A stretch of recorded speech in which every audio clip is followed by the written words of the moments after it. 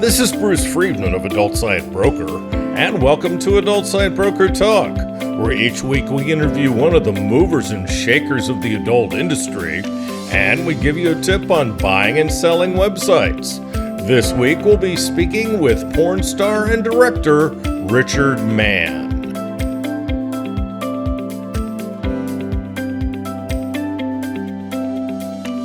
We're proud to announce we've launched a new website at adultsitebroker.com. This attractive new site is easier to navigate and now includes this podcast inside of it. Check it out at adultsitebroker.com. Refer sellers or buyers to us at Adult Site Broker, and our affiliate program, ASB Cash, will pay you 20% of our broker commission. This can amount to tens and even hundreds of thousands of dollars. Check out asbcash.com for more details and to sign up. And we're proud to announce our latest project, thewaronporn.com. You'll find articles on age verification laws and more on the industry's plight in the war on porn and the numerous attacks on us. Go to thewaronporn.com and check it out. Now time for our property of the week that's for sale at Adult Site Broker. We're proud to offer a diverse and adult-themed social network and dating site for trans women and admirers. The site was established 2 years ago to provide a discreet adult space for trans women and men who love to chat, share photos and videos, and make friends. This niche category, while large, still has room to grow, unlike many others that are oversaturated. This is evident in the site's growth since it opened. The site's owners left no details unchecked when setting up their content filtration system to mimic that of X to enhance privacy while minimizing liability on adult content. After their price increase, the site's members have happily continued to pay more. All traffic is direct, with the bulk coming from X and Instagram. This is a true turnkey operation that requires minimal upkeep and expense. The site uses an advanced script that has been highly customized and remains easily changeable, so the options are endless. There's an advanced payment gateway for CC Bill, among several other options. There's even the ability to pay with Bitcoin. One person can run the site, no team is needed. It's on course to earn six figures in 2025. Only $210,000. Now time for this week's interview. My guest today on Adult Site Broker Talk is porn star Richard Mann. Richard, thanks for being with us on Adult Site Broker Talk. Thank you very much for having me, sir, today. Thank you very much. Thank you very much. How's your day going? Well, it's going great. We're recording this on the day of the Super Bowl, and I'm so happy. Oh, yeah. So happy the Chiefs lost. We Niner fans celebrate. Happy. No, we most surely do. We Niner fans celebrate, don't we? We sure do. We sure do. But everybody knew Philly was going to win, et cetera, et cetera. So there you go. It really wasn't a surprise, but yeah. I was just happy. You never know. So anyway, let's talk a little bit about you. The tall, dark, and well-hung male porn star known as Richard Mann is a Pisces who drew his first breath in San Francisco, California, like me. Yes, sir. During the mid-'60s. The only child, like me, God, we're so much alike, eventually became a multi-award-winning interracial performer and learned an important thing when he began swinging during his first marriage. The ladies loved his 9-inch black cock. Well, why wouldn't they? Unexpectedly, their male partners liked watching Mann plow their companions, and this led to some important porn referrals. Soon someone told Mann that he could be a porn star, and they followed through with a referral. In 2004, Mann's life changed when Brandon Iron, West Coast Productions, and Shane Diesel contacted him. It wasn't long before he visited L.A., and both fumbled and found his way through his first porn scenes, with titles including Black Cock Sluts, Black Bulls, Monster Cock Fuckfest, and the infamous Manaconda series. It didn't take long for the dynamic power fucker to get noticed. Often associated with his work for Blacked, Blacks on Blondes, and Evil Angel, Mann now works behind and in front of the camera with great results.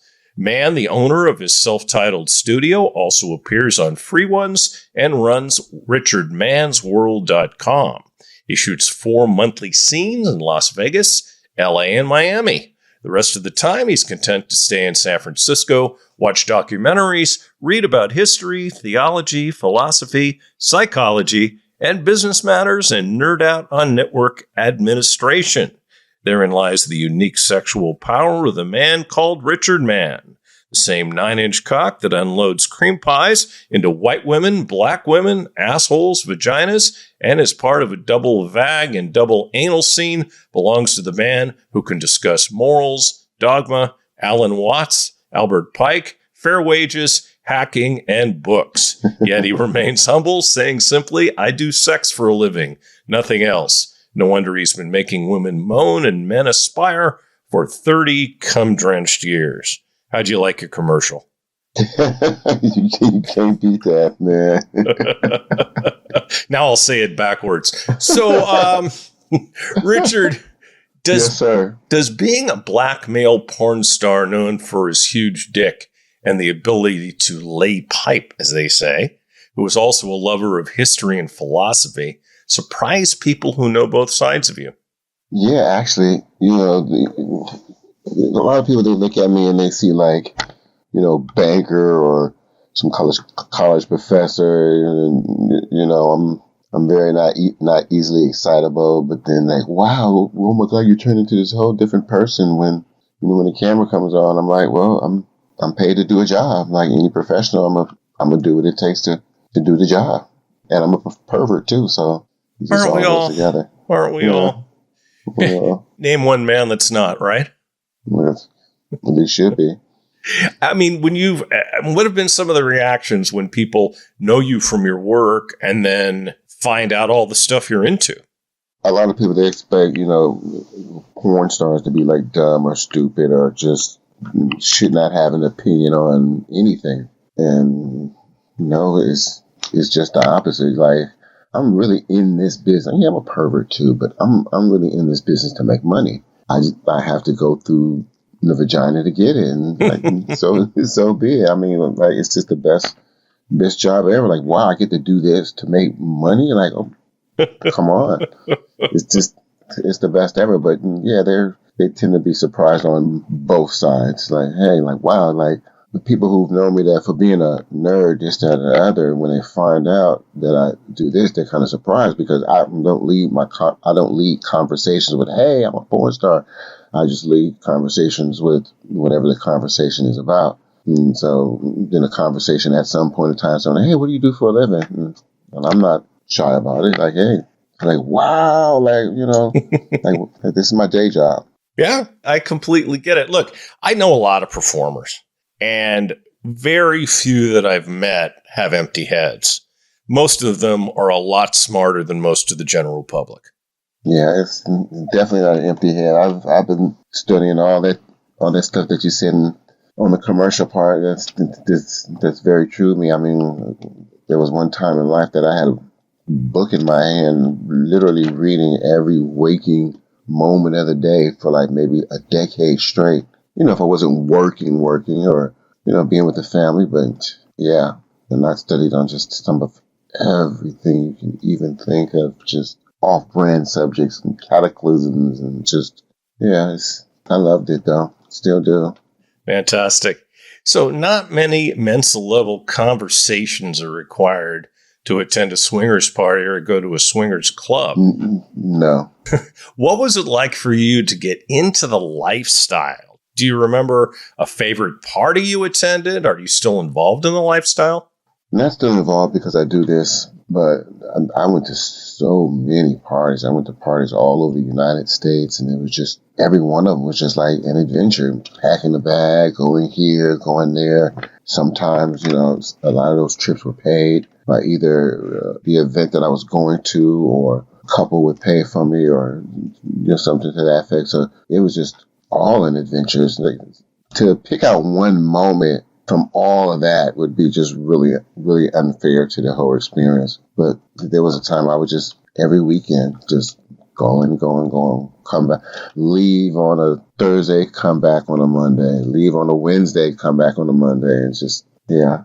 I mean, and it was easy back in those days too.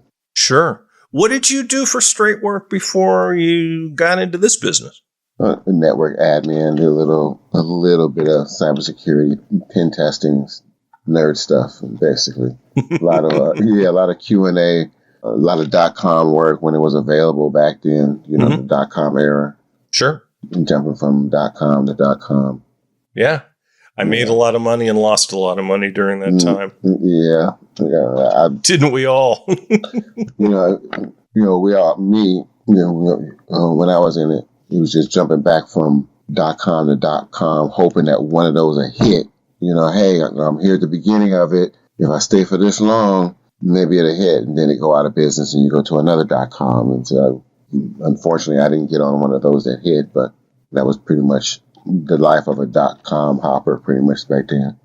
You were one of those guys where your walls were papered with stock that wasn't worth anything. Yeah. I remember those days. I remember them well. But I learned to line in, when the whole .com era was gone, I still had those skills and whatnot and was able to still stay in the field and just do my thing and just be happy. And then this came along and was like, okay, well, hey, let's keep going. Do you miss it? No, because I still have it, here in my house. I mean, I have my office is my office where I edit / do this / do that. But I also have my own actual network where I still do my thing, where I still practice, where I still keep up with the latest that's going on. What's your take on everything going on with AI now? I haven't really jumped into AI. I've been lazy as far as that's concerned. I mean, most of my time is spent, editing, uploading this, that, or the other, and I just be making sure every one of my platforms is fed. So I haven't went over to my other profile on my desktop, which is my hacking profile. I haven't done that in like a few years, but yeah, it's coming. I just want to figure out a way that it can help me doing what I'm doing in porn. Oh, I'll tell you. Everyone I know is using it for something. Yeah, and I figure I have to too. Yeah. Either do it or be left behind, right? Yeah, you can't not do it. You have to keep up. You just have to. Yeah, just no way around it. We do so much manually. Man, you do more than I do. I'm not editing and I'm not, doing any back end of my website. I've got a guy that does that for me. But just in daily tasks, I'm starting to use things like ChatGPT more and more every day, and it just blows me away what it will do for me. Okay, so what do you primarily use it for? Oh, I'll use it to rewrite press releases, a different version for every medium. So it'll help with the SEO, and it'll also help those platforms not be running the same thing as everyone else, which usually when people send out a press release, they send out one press release and 90% of the media just run it as is. And that's not good because Google does not like duplicate content. Okay. I'll use it for simple things like people send me something numbered and I want to take the numbers out, right? Just basic BS like that. And I'm finding more uses. I had an agreement yesterday and the stupid attorney didn't red mark his changes. Okay. So I threw it all into ChatGPT and it told me what the changes were. So every day, something else. It's pretty bizarre. But that's helpful, though, because it just saves you the time and effort from having to do it, and time is just, I know time is valuable for me here. It's like every minute, it's like just so much to do. It's like every second I have to plan out my time and be like, you know what? And I can't do that right now because that's taking up too much time. I have to do this first. And it's just so valuable. Yeah, you can't waste any time. Not in this day and age. I agree. We're not getting any younger, right? I know I'm not. Me either. We're not that far apart in age. So a decaying marriage and your escape into swinging ultimately led you to being contacted by porn insiders. Richard, what was that transition like? And has porn helped you move on and heal after the divorce? Well, I wasn't even really doing the lifestyle while I was married. My first marriage, I was actually after, like maybe 6 months after I got divorced, but I was healed from the marriage the moment I left, to tell you the truth. but when the offer came down, for porn, I really just seen where it could lead to, where it could lead to, like right here where we're at right now. So I was like, if I could just stay with this and do this and just keep my eye on the prize and I'll be all right. And that's what I did. I didn't lose focus. I mean, there were times where I could have just quit and it would have been like, damn. But I just kept thinking like, okay, what it would be like you when you're 50, 55, 60, like I am now. When you're jacking off and you're looking at porn and you're thinking, oh my God, that could have been me, it should have been me, and all that other stuff. And I couldn't just have that going through my head. So I just kept going. Better than having regrets later. Most definitely. Oh my God. I could just think of it now. Just me crying and whining and all this other stuff. Yeah. Yeah. Have opportunities to work changed now that you've been in the industry for a while? And do you have the same fan base as when you were younger? I do have the same fan base as when I was younger. There's people all the time telling me, yeah, I remember watching you way back then. I've been watching you since then and this, that, and the other. And, I'm like, wow. I mean, now it is easier for me to get, gigs, this, that, and the other, most definitely than it was. I mean, when I first started, I was under contract for about 2.5, maybe 3 years with Hush Hush Entertainment. They're known as Interracial Past now. When that contract ended, I went to get work with, some of the other majors, but I had some failed performances. So I was like, wait a minute, the best way to get at this now would be to do it my own self where I can be in environments that I'm more comfortable. So I wouldn't, this performance anxiety wouldn't kick in and it'd be all bad. I was like, okay, well, you come from a swinger background. That's where you're most comfortable at. You never had any wood problems or anything like that at any of the parties or events that you went to. Go back to doing it like that. And, there's people you can find to film with that are doing the same thing, which was kind of hard back then. But, I was like, that's what I have to do. That's what I have to do. But at the same time, I was like, okay, well, I know I do have to go beyond that. As far I can't just say film, quote unquote, amateur or pro-am. I have to get back to this, quote unquote, mainstream. And I was like, okay, be that as may, I still have to keep doing this because this is what's going to, as far as the amateur pro-am, me doing it myself, which I still am doing it, but I have to do it this way in order to make money, to make a living. It'll keep my face out there because, people still know me from being under contract. So it'll just keep my face in front of people's, eyeballs and just keep flooding them and keep hitting them with content, and you'll be all right. You talk about performance anxiety and bring up a really, really good point. Talk about the pressure on performers, especially male performers, to be on their game. It's nerve-wracking. It's nerve-wracking to go to a shoot and, and in your mind, well, at least my mind is like, is it going to work? Is it not going to work? Is it going to work? Is it not going to work? And to have to then, while you're telling yourself in your mind that, you still got to actually work through, making it work and making everything happen.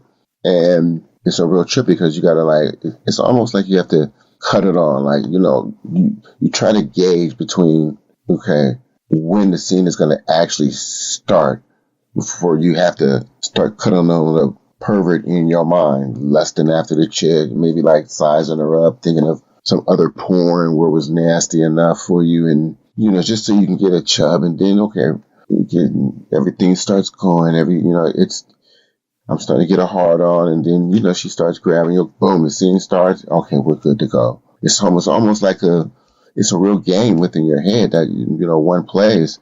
And so everything will line up, the stars will line up and you have a good scene. Yeah, so it's something else. Each guy goes through it their own different way, but yeah, it's really nerve-wracking, to tell you the truth. There's a lot of pressure, too, because let's face it, if you can't perform, then there's no scene.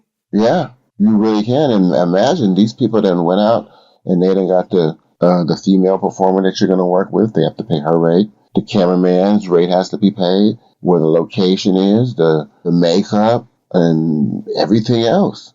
And if you don't work, that scene doesn't go. It's like all that money has been wasted. Yeah, exactly. Plus, I could imagine also that if that happens once or maybe even more than once, that really puts you behind a lot of other people for future scenes, doesn't it? Yeah, matter of fact, I was in my first contract before Hush Hush, before Interracial Pass, was with West Coast Productions, and I had 3 bad scenes, and they let me out of my contract. Wow. Mm-hmm. So you know. Yeah, I know. I've lived it. And that stuff's going through your mind, right? And imagine that first contract before I even really started. I mean, before those 3 bad scenes, I had maybe less than half a dozen good scenes. And so those 3 scenes kicked in, and here I am thinking like, oh my God, I mean, it's over before it even really started. So I'm thinking to myself, oh my God, what am I going to do? So I'm like, you can't be out of the game. You got to keep on. So what are you going to do? So I looked for other people, other websites, doing it, and bumped into Trashy Entertainment, Damian Kane, Raven Black. And they said, hey, if you can come down here and shoot for us, it'll be just fine. And I was like, okay, yeah. Went down and shot for them and had 2-3 good scenes in a row. And they took me under their wing, and I was pretty much back in and rocked with them for a minute. And by still having a 9 to 5, et cetera. And then I got a call from Shane Diesel. Hey, the Hush Hush Entertainment, they're looking for another guy to put under contract. If you come down here and it all goes well, they might want to sign you to a contract. And I was like, fine. But at that time, I had just started another job. I hadn't even got my first paycheck from them when that call from Shane came in.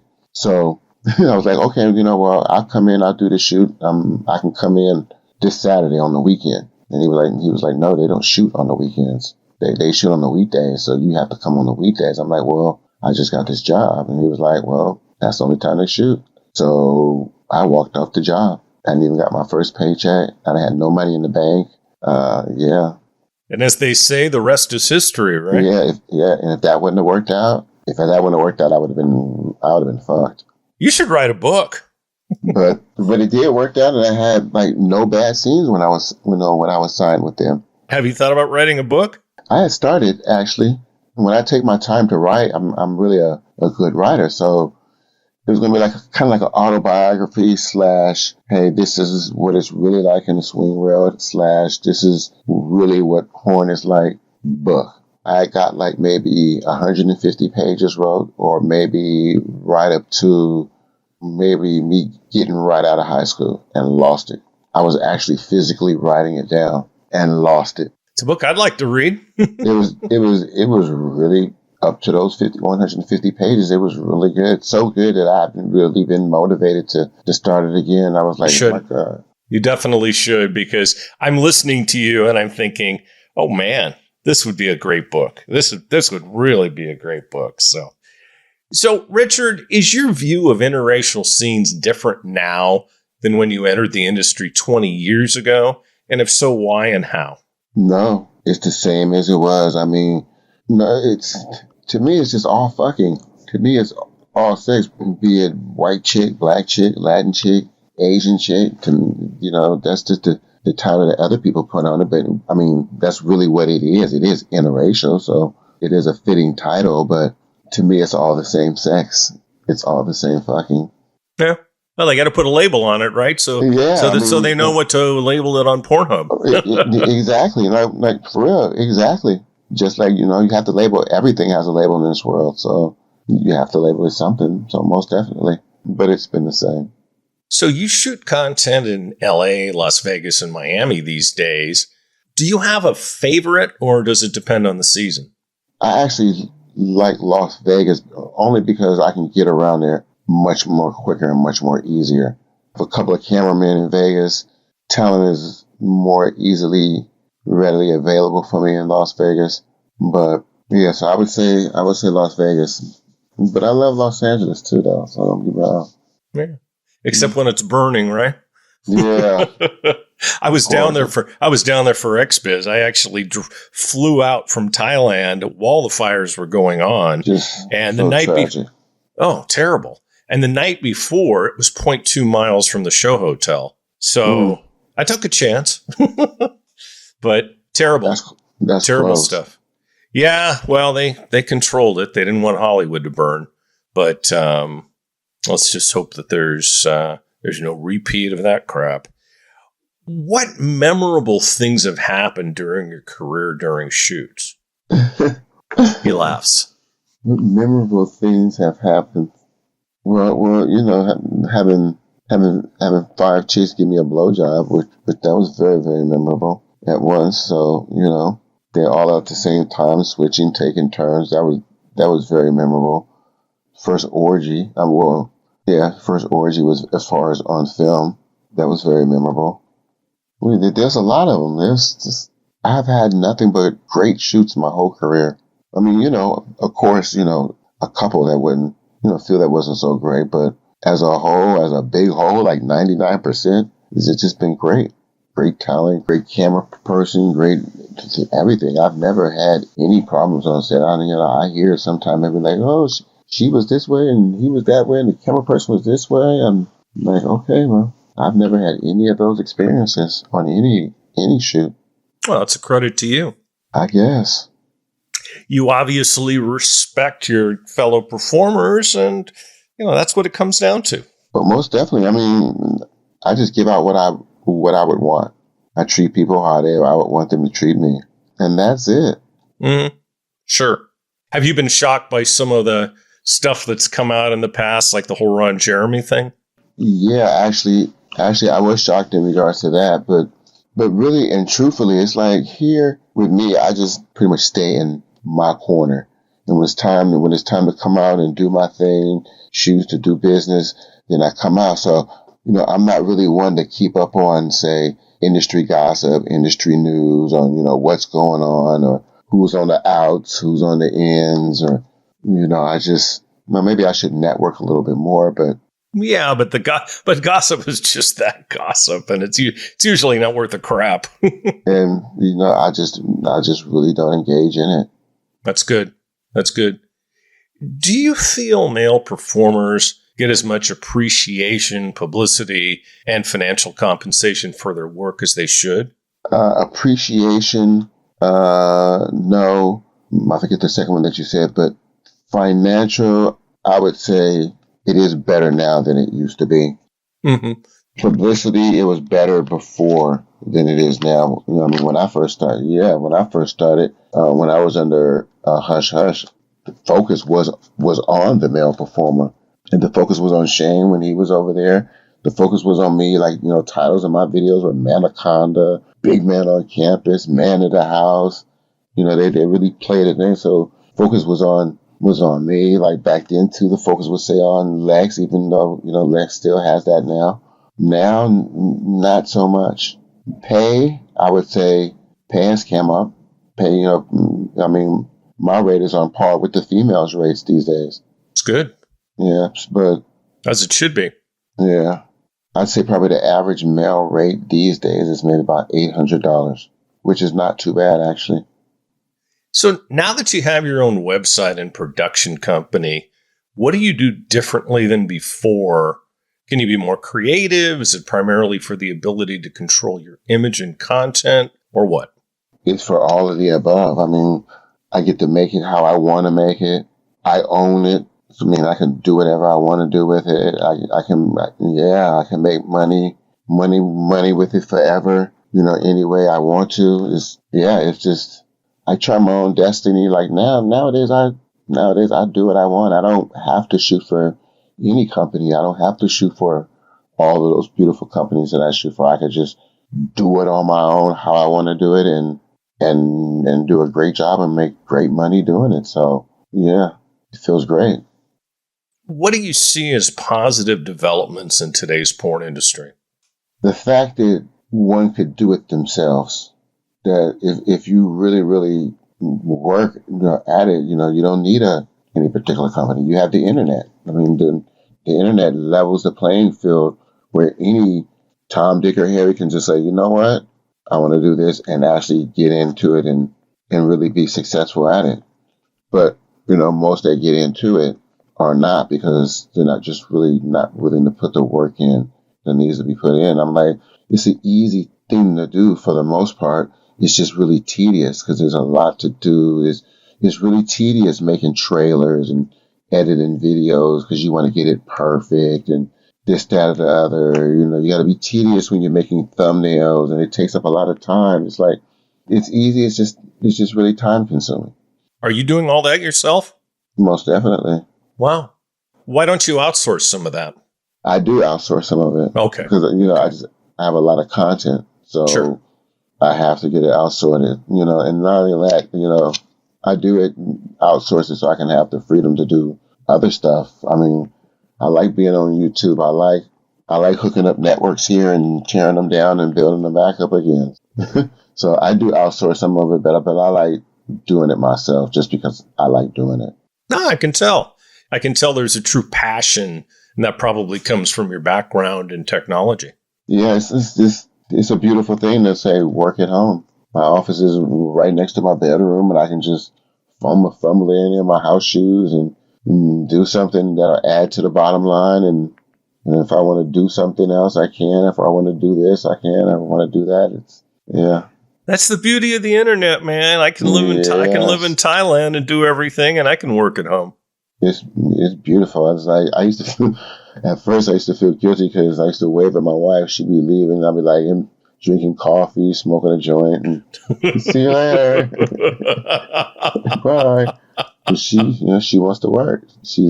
Well, that's good. Yeah, that's what she wants to do. If it makes her happy, right? Yeah, and it makes her happy. She likes doing her job. She loves her job. That's great. So everyone should feel fulfilled. Yes, most definitely. Mm-hmm. Mm-hmm. Most definitely. I asked you this off, before we did the show, but I'll ask it as a question here. How is it being married and being a porn star? Well, I'm not sure how it is for everybody else, but for me here, it's real easy. I mean, it's no complication at all. People ask like, how is that? Because the sex, it's like people they have these emotions within them that just overrides everything else. But it just doesn't work that way here because, my wife sees I'm not trying to be romantically involved with women that I work with. She sees it like, okay, this is like business. You come, you fuck, you leave. You come, you fuck, you leave. But, just like every other job, you get close with people who hey, how you doing? This, that, or the other. You might call them up or to see how a family member is doing that they were telling you about that might have been sick or a son or a daughter that, might have went to the prom or, okay, how did it go for them? It's just like any other profession. It's beautiful. She sounds like a great wife. She is, yeah. Yeah. And you talk about concerns about the people you work with. You must have been in touch with a lot of people during those fires. Enough of them. But, I know more people in Vegas, than I do down there. So I did make some phone calls down to LA and they're like, oh no, we're okay. We're not near there. We're over here. We're over there. I'm like, okay, cool. Just as long as you're okay. But I knew just one person out of all the people that I do know in LA that were affected by the fire. Yeah. Yeah, I've got a friend who lost his house. Pretty tragic. Yeah, I have one who lost his house too. And I was like, oh. Terrible. Are there any current trends or issues in our industry that concern you? No, because, like I said, I'm very far removed as to what is actually going on in the industry of trends or, the ins or the outs of the industry. I mean, I don't read any trades or, when I'm on, say, Twitter, I'm not really looking at, anyone's timeline. I'm more looking at what's going on, say, politically or on the, the geek side than I am on the porn. Really, I just get on Twitter just to post some trailers and make a few comments here and there, and then it's off to some other social media to do the same thing. So I just tend not to follow anything. I just want to make a good product. Well, you're obviously aware anyway of the age verification situation, right? Oh yeah, but that's always been there in a sense. As you know, I got to make sure paperwork is right, and you got to Right. upload it. I mean, No, I I'm know talking. I'm talking about the age verification laws in the states. Oh no, I haven't been paying attention to that either. I know that there's a couple of states that are having 19. some issues and shit. And like, oh shit, 19 have laws. No, I haven't been following that. Time to follow it. Time to follow it. It could influence your revenue in the future, or actually currently. So it would definitely be a good time to start following it. We can talk about that when we get done with this anyway. So do you think you've built any kind of legacy in the porn world? And do you think your work has helped improve the industry or how performers are treated? I don't think what I do has. I don't really think I've created any legacy as of yet until I have a company as to where I can not have to perform. I don't think so. I want something that can actually, if I say, you know what, I don't want to film for the next 2 years, that I can still do it like I do it today and make the profit that I make today. Until then, I'm like, okay, well, no legacy has been created. But I'm working on it. I'm getting there. Absolutely. I'm getting there. I've noticed. I'm getting there. Have you ever mentored new talent? And if so, who? And how did it turn out? Well, yeah, I have mentored quite a few people. Rebel Rider, for example. I found Rebel Rider on a site called FetLife. Contacted her and asked her, does she want to do some stuff? And she's like, okay, I'm in the game, but I haven't really done too much. And she came through, and I told her how to better do the game, and some of the things to do and some of the things not to do, and gave her that information, and she went on about her way. And as you know, she's doing it really, really big right now these days. I run with a crew that I do these events with, do content events with. One of the guys that I brought into that particular group, Mr. Mysterious, he runs me today. I gave them information and told them how to do it, and hey, this is where you go, how you upload it, and you got to edit this way, and mentor them. And he's doing it his own self, but we work together all the time. He holds camera for me, I host camera for him. Even though I taught him a whole lot, he taught me a whole lot because he know a lot about videography, photography. So he taught me, he taught me like maybe 75% of the stuff I know in regards to videography and photography. That's awesome. He knows a lot of graphic stuff too. The mentee becomes the mentor. Yeah, I mean, you're supposed to learn off of each other. Yes, absolutely. That's the beautiful thing, for sure. That's the beautiful thing. You trade knowledge, and he calls me, hey, what about this? And I call him, hey, what about that? And we just learn off each other. I outsource him for graphics work that I need. If I need something edited that I can't say get to right away, I can call him and say, hey, can you do this for me real quick? Yeah, and I can know that it's going to be done correctly and probably maybe better than what I can do it. So my job is just really just to bring you in, show you how it works, this, that, or the other, and you're on your own. I'm just here to teach you how to fish. I'm not going to fish for you. Absolutely. But yeah. What advice would you give someone thinking about entering the industry? And does your advice change depending on age, gender, or race? My advice doesn't change on an age, gender, or race. And that advice would be to do it your own self. Just pick up a camera, get you a co-star, and get it filmed. If you can't find a camera person, put it on a tripod or do whatever you have to do to get it filmed. Edit it, upload it, and away you go. I mean, like a lot of guys, they'll hit me up and they'll say, hey, get me in the business, help me in the business. And then when I tell them, it's not the answer that they want to hear. They want to hear that they're going to come in and be fucking the baddest chick ever, or, the most hottest chick ever to walk the face of the earth. And they think that's going to happen like right away, that very first day. And I'm like, look, you might have to film with a lot of the type of women that you don't want to film with. I mean, and that's just how it's going to be, but if you have to go that way, then go that way. Now, if you can get some of the more desirable the women for you, more women that you would like, more power to you. But if you can't, you got to do what you got to do. But, you take that footage and you work it as to where maybe the shoot wasn't as good as you wanted to, but you take the good parts of that shoot, you cut them and you put them in the trailer to make it, exciting, and then people will start to buy it, and everything is going to start to go a snowball effect, and then next thing you know, you're doing the type of things that you really want to do. And that's how it started out with me. Awesome.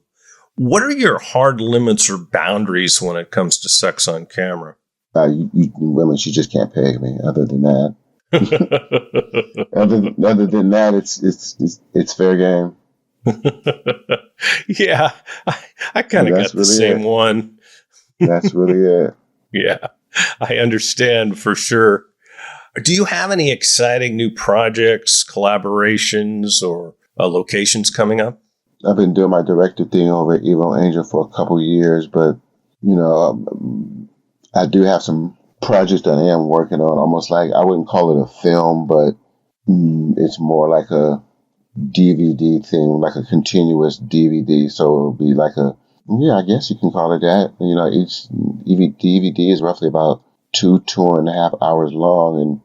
And this particular project would end up being about 2.5 hours long. What's it about? It's called The Adventures of Dick Man.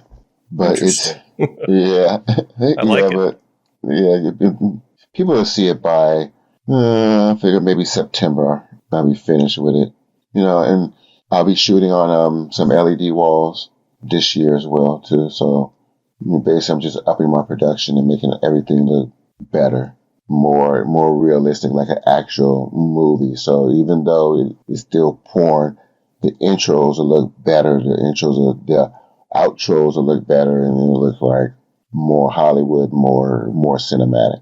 Yeah, every year I try to go up from the last year. Up the game. Yeah, I just can't stay stagnant. That's awesome. I feel I take a loss if I do. Absolutely. You don't want to get bored. No. I get bored, then that means a loss of money because the money will start going down. You are absolutely correct. If you get bored, others get bored, right? Yes, that's exactly right. Richard, I'd like to thank you for being our guest today on Adult Site Broker Talk, and I hope we have a chance to do this again soon. That'd be great. I would like that opportunity. Thank you. My broker tip today is part 6 of what to do to make your site more valuable for when you decide to sell it later. Last week, we talked about eliminating unneeded expenses. Next, you can trademark your website.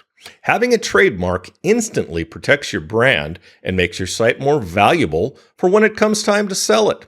Trademarking your site will cost an average of about $1,500, but should be more than worth the investment when it comes time to sell. Show buyers ways you feel the site can make more money in the future. This includes showing them future plans you may have, traffic trends, as well as sales trends. If things are growing and you can show them how to grow them more, they're likely to be willing to pay more for the site. Do something unique with your site. If you have competitors, figure a way to do it better. Be different in some distinguishable way that makes you better. Your members will notice and spend more money with you. Make your site a place that people want to visit, not just to buy things or view porn. Be creative, not just one of many. Keep thinking outside the box and make positive changes to your site. Think like a buyer when planning or updating your site. Don't think like a tech. Think like the consumer. We'll talk about this subject more next week. And next week, we'll be speaking with Roland Gauthier of Aerogasm Magazine. And that's it for this week's Adult Site Broker Talk. I'd once again like to thank my guest, Richard Mann. Talk to you again next week on Adult Site Broker Talk. I'm Bruce Friedman.